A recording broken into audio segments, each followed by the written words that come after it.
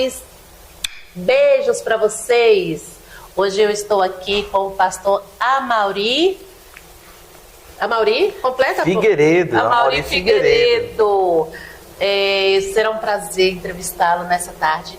E eu quero procurar para o pastor Amaury, desde o início, como foi, pastor, que você chegou ao Evangelho? Você já nasceu em berço evangélico? Como foi a sua trajetória e o que faz? Um resumo para nós. Amém.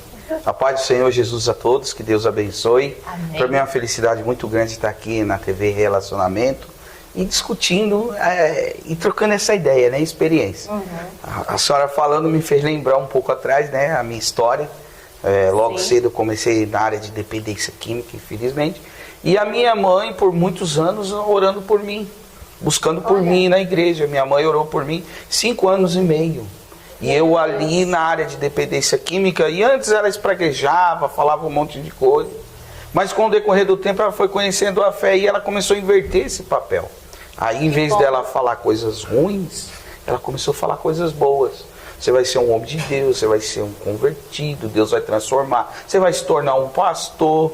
E ali aquela semente foi caindo no meu coração. É importante, né? Tá vendo, corações? A semente caiu no coração dele, na terra fértil. É bem gratificante, palavras positivas. Mães, pais, eu vou pegar essa deixa dele aqui e vou falar para vocês que estão aí do outro lado. Eu sei que, infelizmente, nessa época que nós estamos, há muitas drogas, bebidas, sexo, enfim, tem muitas situações que está acabando com famílias, né? Sim. E ele falou algo interessante aqui. Vocês, pais, que têm aquela mania, né, de amaldiçoar seus filhos. Como é que amaldiçoa seus filhos?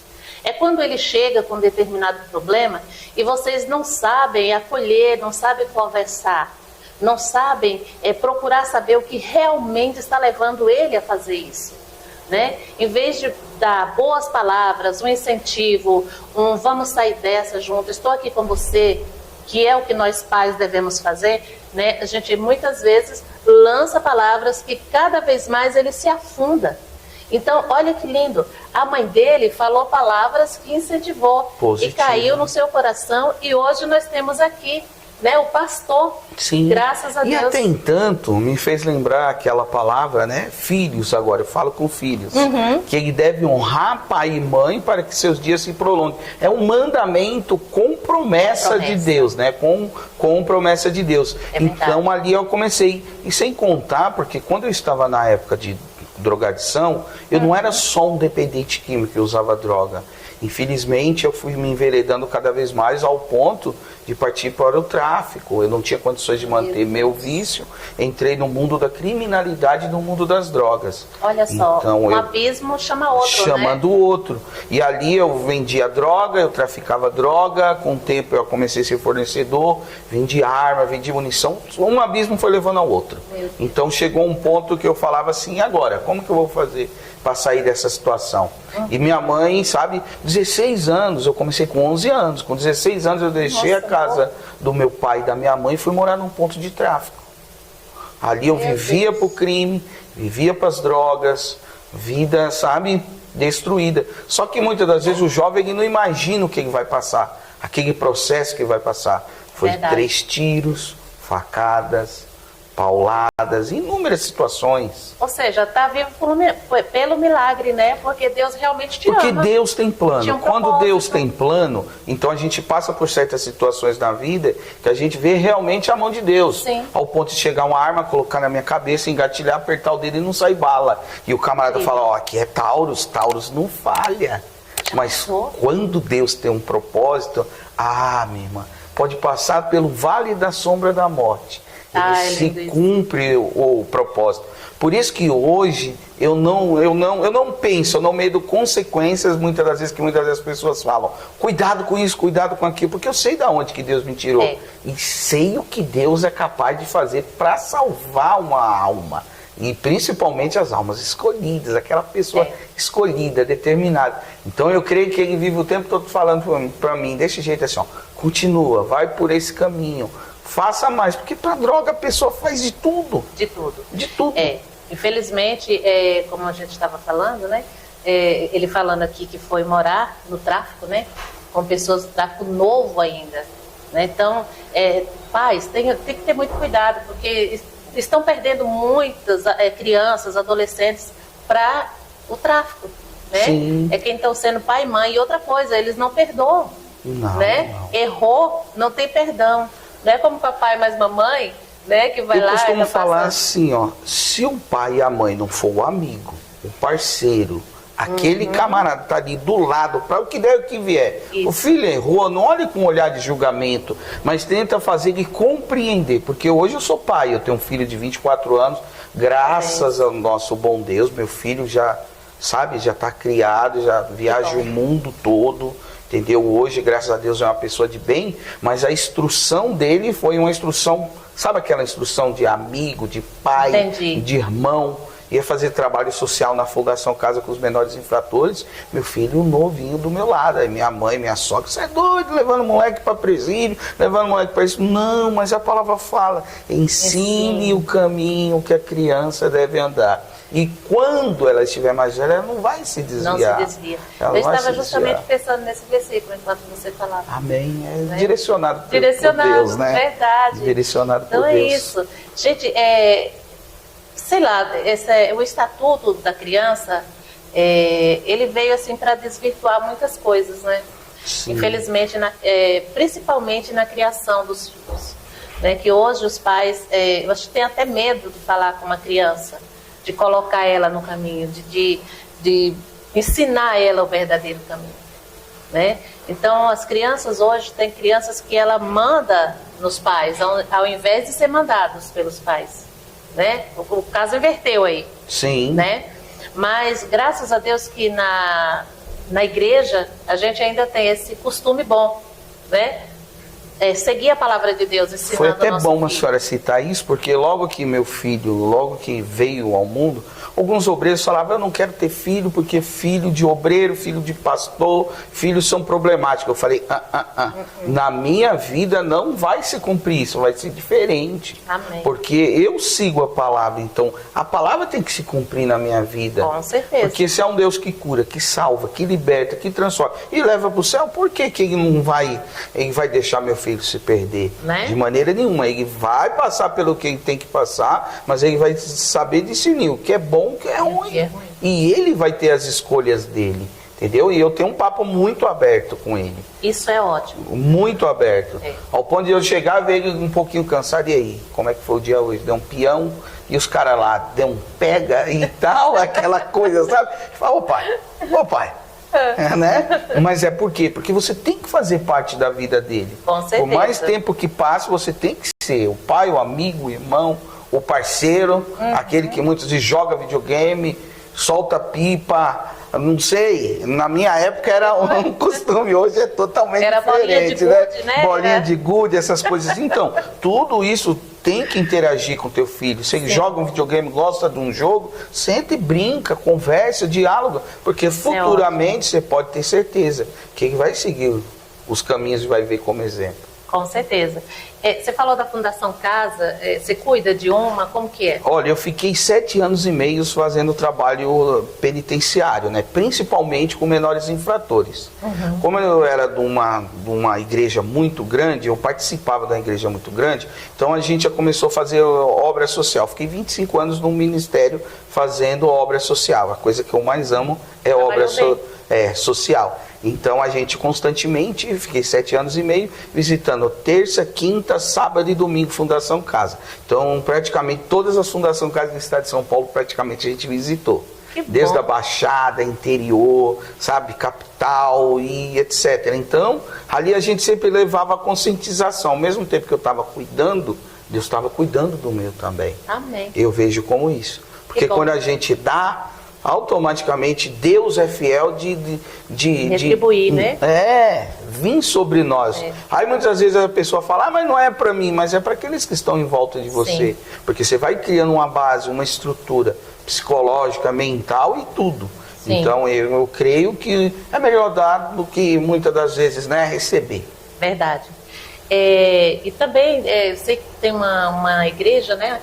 Como foi que aconteceu? Isso, a gente montamos uma igreja, né? Eu fiquei 25 anos nesse ministério e chegou um momento que um abençoado por Deus, um bispo lá, chegou e falou, poxa, você já tem seu ministério, a igreja não vai andar como você quer, porque o seu nível elevou.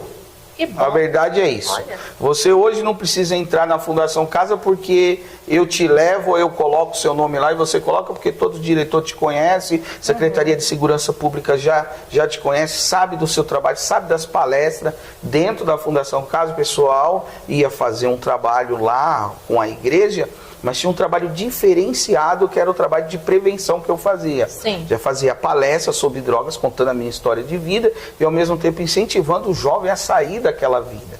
E ao mesmo tempo aí Deus operava coisas grandes, batismo nas águas, batismo com o Espírito Santo, então coisas assim diferenciadas que ele mesmo olhava e falava, poxa, ele mesmo falava, eu tenho vontade de fazer, mas eu não vivi o que você viveu.